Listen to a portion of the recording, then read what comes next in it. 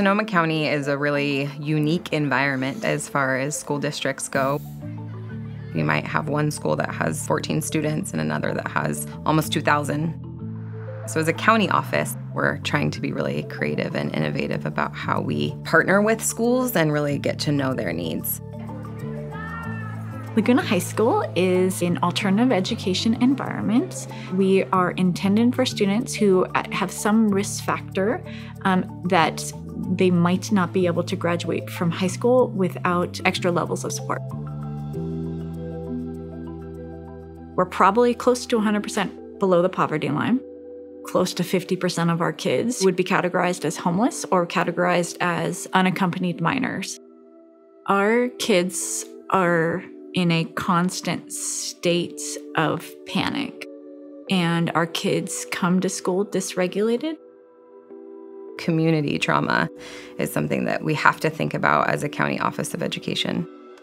Understanding ACEs, adverse childhood experiences, and how they can create toxic stress, putting you more at risk for obesity or cancer or depression, all these things that we're seeing. This science allows us to find strategies to help heal. And that felt really empowering. When you go to school to be a teacher, they don't teach you that kids who suffer from significant toxic stress can't access their education. We knew adverse childhood experiences are going to impact a student's life outcomes, but we didn't have the tools in order to figure out what to do with that. So we contacted Michelle to see if she could give us some support around trauma-informed practices. We keep asking students to learn and just get through, and our design is not to do that. Our design is to go into a fight or flight or freeze or fawn response, and we can't learn. We can't communicate, we can't ask for our needs. And what we realized is that in order for the kids to be able to be comfortable in a class, they need to be able to have grounding in their classrooms, and the classrooms need to feel like safe spaces for them. So that's what Michelle has been doing. That was a cool training. That was something. She worked with office staff, she worked with therapists, she worked with teachers to teach us about how the toxic stress is impacting our kids. And then also taught us how we can get them back inside their bodies so that they can be open to access their education. We're going to start with a breathing exercise. We started restorative circles. We do some sort of mindfulness at the beginning of the circle, and then we spend time kind of sharing our own lived experiences and practicing the art of listening to each other. Kids don't ever sit more than 30 minutes.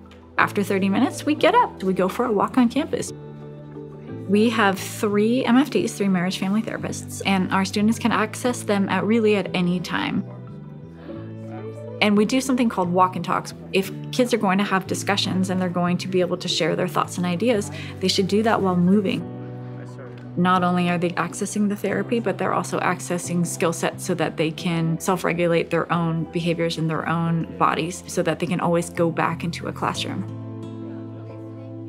We've created a safe space in our office. My door is always open. I have kids in and out of my office all day long. The office represents a place of safety and love and compassion.